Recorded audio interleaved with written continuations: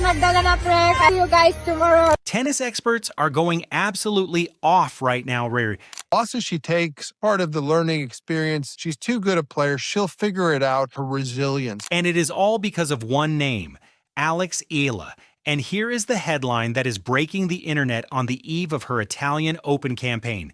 My game plan changed directions and serve really well, so we'll see. A current WTA professional, a fellow tour player who has spent over a decade walking the same locker rooms and playing on the same courts as every star in this sport, just went on record and said, without hesitation, without qualification, that if she were a tournament director, she would restructure her entire event around one single player. Not Iga Świątek, not Coco Gauff, not Aryna Sabalenka, Alex Eala, a 20-year-old Filipina currently ranked world number 42, who is right now, as of this moment, preparing to walk onto the clay courts of the Foro Italico in Rome, Italy, for the 2026 Italian Open, which gets underway tomorrow on May 5th.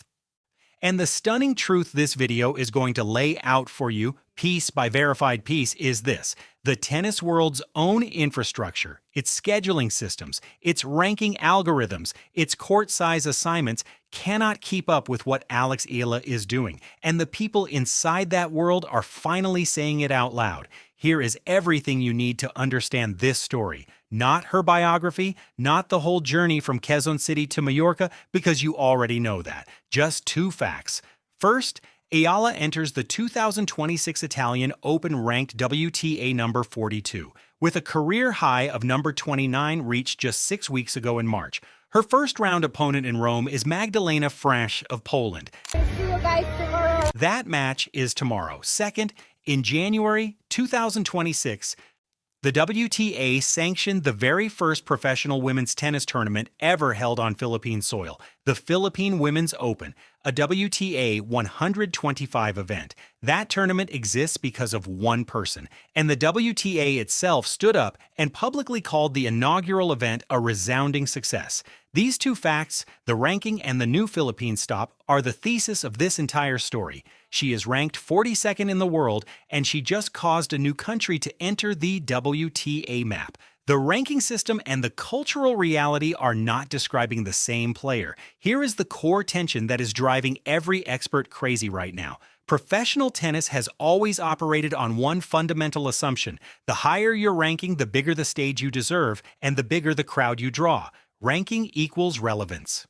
That is how the entire sport's infrastructure, court assignments, draw seedings, schedule slots, ticket pricing, has been built for over 5 decades. Alex Eala is systematically dismantling that assumption in real time at every single tournament she enters, and the sport's own officials are scrambling in her wake. Consider the trajectory of what has happened in just the last 4 months. At the Australian Open in January, Tennis Australia consulted its ranking-based court assignment system and placed their newest main draw debutante, ranked number 49 at the time, on court 6. A modest outer court, a sensible by-the-numbers decision. By the time the match began, security was overwhelmed. Hundreds of fans had been turned away at the gates. Spectators without entry were watching on big screens erected elsewhere around Melbourne Park.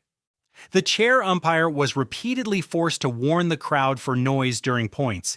Not at the end of a set, not between games, but during actual live play. Tennis Australia was compelled to issue a public statement, and the match, Eala lost, but nobody remembered the scoreline. What they remembered was the crowd. What the tennis world remembered was the machine failing publicly in front of global cameras, because it had no algorithm for what Alex Eala actually is. Let's be precise about what happened in Melbourne on January 19, 2026, because precision is what makes this story so devastating for every assumption the tennis establishment has ever made. Alex Eala walked onto court 6 at Melbourne Park for the first Grand Slam main draw match of her career. The court was assigned based on her ranking. It was not assigned based on the fact that Melbourne's Filipino community, one of the largest Filipino expat populations anywhere in the world outside the Philippines itself, had been waiting for this moment for years. The court's capacity was measured in hundreds. The crowd that showed up was measured in thousands. Security physically could not allow everyone in. Fans without tickets stood outside and watched on whatever screens they could find. The chair umpire during the match had to address the crowd multiple times for making noise during live points, a level of atmosphere you expect at a Grand Slam final, not a first-round match on an outer court involving a player ranked 49th. Ben Rothenberg, the former New York Times tennis correspondent and author of the widely respected Bounces newsletter, arguably the single most credible English-language voice covering this sport, was there. And what he wrote the very next day changed the conversation permanently. On January 20th, 2026, Rothenberg posted on X, genuinely wondering if Alex Eala is already the most popular player in women's tennis right now. And then, in a follow-up post that he used to anchor an entire newsletter article, he answered his own question. After the scenes at Australian Open today, I had to go big on Alex Eala, who's become the most popular player in tennis right now, and it's not even particularly close. The article's title, Alex Eala is the most popular player in tennis right now. Understand the weight of that sentence. Rothenberg did not write the most popular emerging player. He did not write the most popular player from Southeast Asia. He wrote the most popular player in tennis, present tense, full stop. Not a hot take, a considered evidence-based conclusion from a journalist whose professional reputation is built entirely on getting this sport right. That is the journalistic verdict. But the emotional verdict came 3 weeks later in Abu Dhabi, and it came from Eala herself. At the Mubadala Abu Dhabi Open, a WTA 500 event held in early February 2026, Eala was playing on a wild card, not seeded, not ranked among the tournament's top names. She played in front of a sold-out stadium. She went down 4-0 in the third set against Alexandra Sasnovich, then 5-2 down. She saved a match point. She won 2-6, 6-4, to 7-6-5 in one of the most emotionally charged comeback matches of the early 2026 season.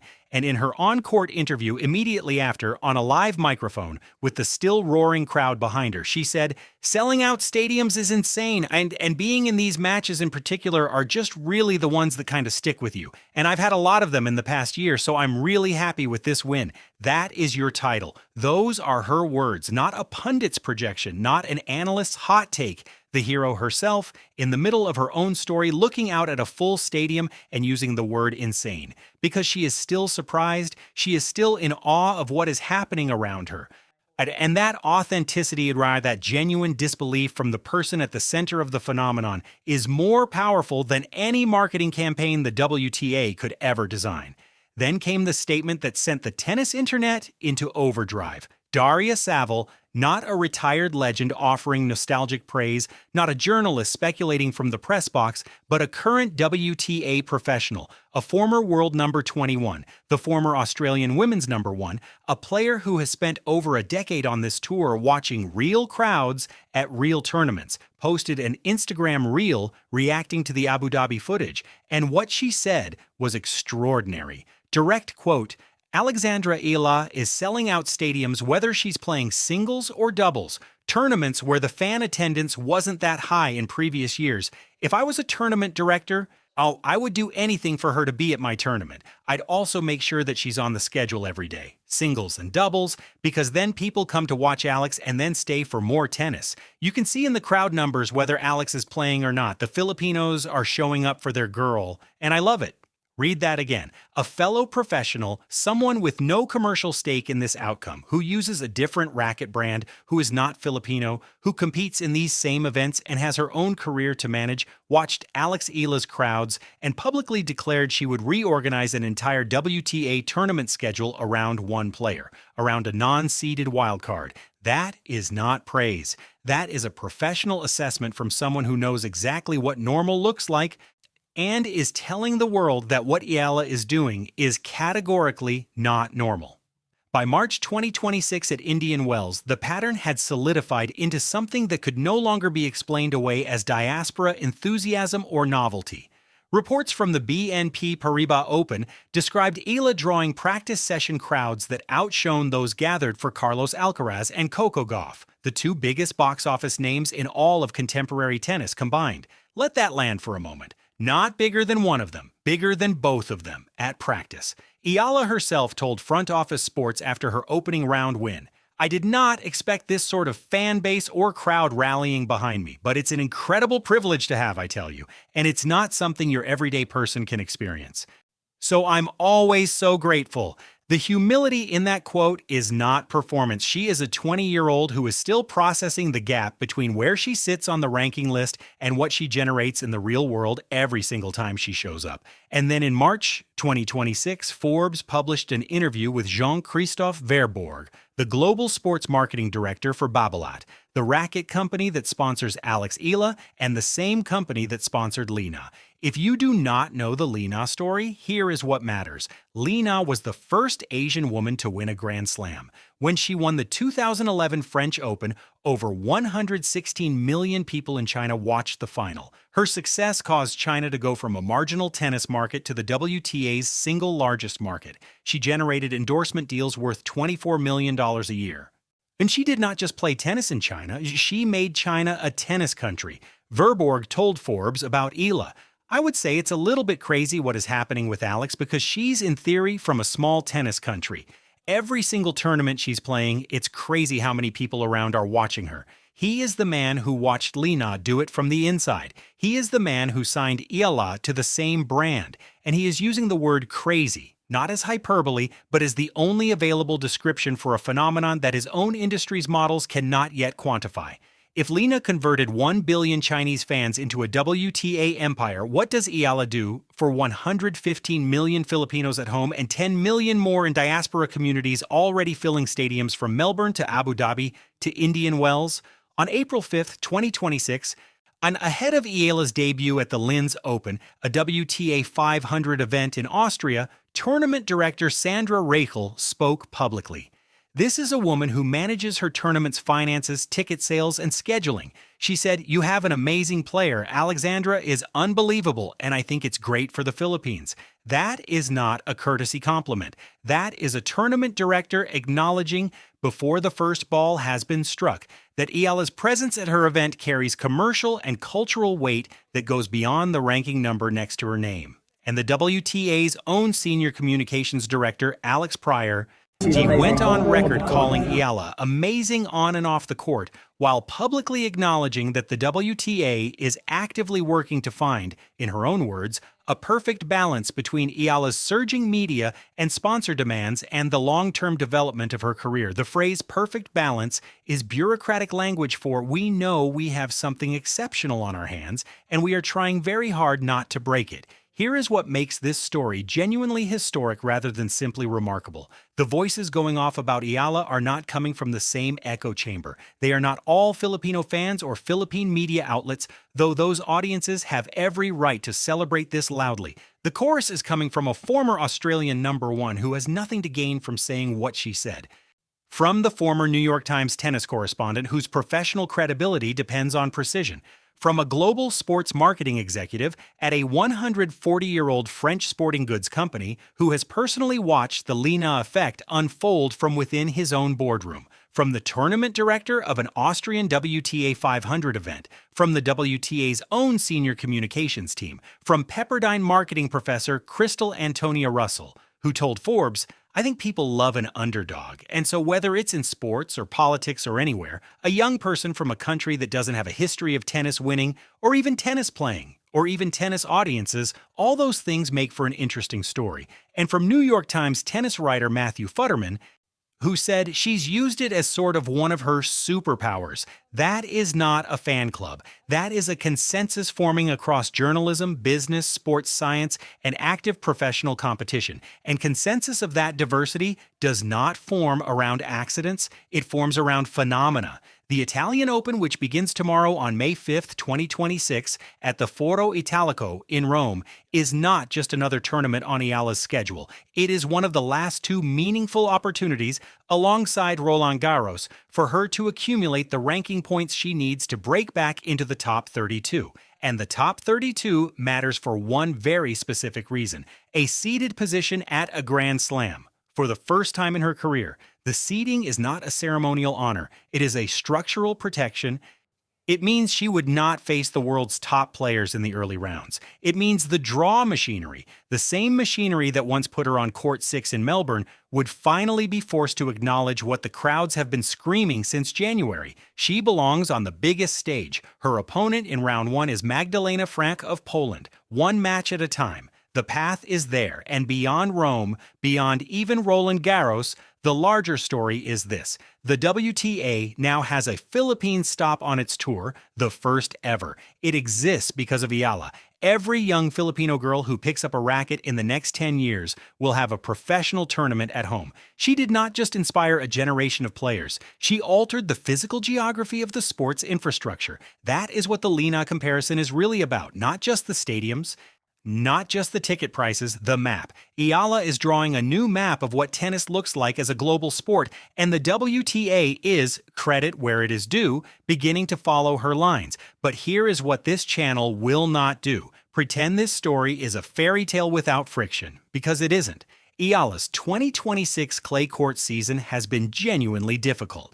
At the Miami Open in late March, she lost to Karolina Muchova 0-6, 2-6 in 1 hour. At Stuttgart in April, she fell to Leylah Fernandez 1-6, 4-6. At the Madrid Open on April 24th, she lost to Elise Mertens 2-6, 1-6. 3 straight heavy defeats with scorelines that do not flatter. At Linz in early April, she led Jelena Ostapenko 5-1 in the second set and watched that lead evaporate in a 4-6, 5-7 loss. The clay is not giving her what the hard courts gave her, and that matters because the Italian Open is clay. Roland Garros is clay. This is the test. What does it mean? Former world number 4 and current tennis analyst Greg Rusetsky put it clearly.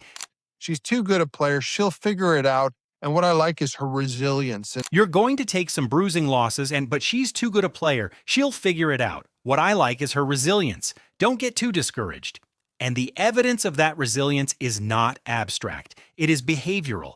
After the Madrid loss, rather than withdrawing from Rome to protect her ranking or rest, Eala returned to the Rafa Nadal Academy in Mallorca. She put in the work. She entered the Italian Open main draw directly, not as a wild card, not as a qualifier, but as WTA number 42, earning her place. The crowds filling her courts are not going anywhere. The question Rome and Paris will answer is whether the player matching those crowds is arriving. And so here is where we land. Alex Eala has not simply had a remarkable season. She has exposed a fundamental gap between how professional tennis measures value and how the real world experiences it. The ranking system said Court 6, Melbourne. The crowd said thousands. The ranking system said wildcard, Abu Dhabi. The crowd said sold out. The ranking system said number 49, Indian Wells practice courts. The crowd said louder than Alcaraz. Daria Saville, from inside the locker room, with the full credibility of a fellow professional, said she would do anything to have Eala at her tournament. Ben Rothenberg, with the full credibility of the sport's most trusted journalist, said she is the most popular player in tennis and it is not even close.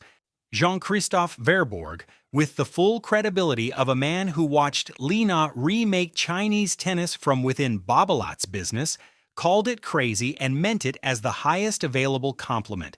And Eala herself stood in a sold-out stadium in Abu Dhabi, on a live microphone fresh from saving a match point, looked out at the crowd she somehow still cannot quite believe she draws, and said exactly 4 words that captured everything.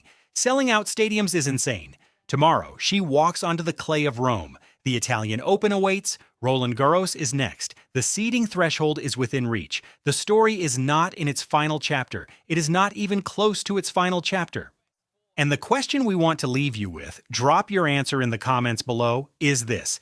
Is Alex Eala already the most important player in women's tennis right now, or does she need a Grand Slam title before she truly earns that crown? Because the experts are going off, the crowds are showing up, and Rome starts tomorrow. Let's go.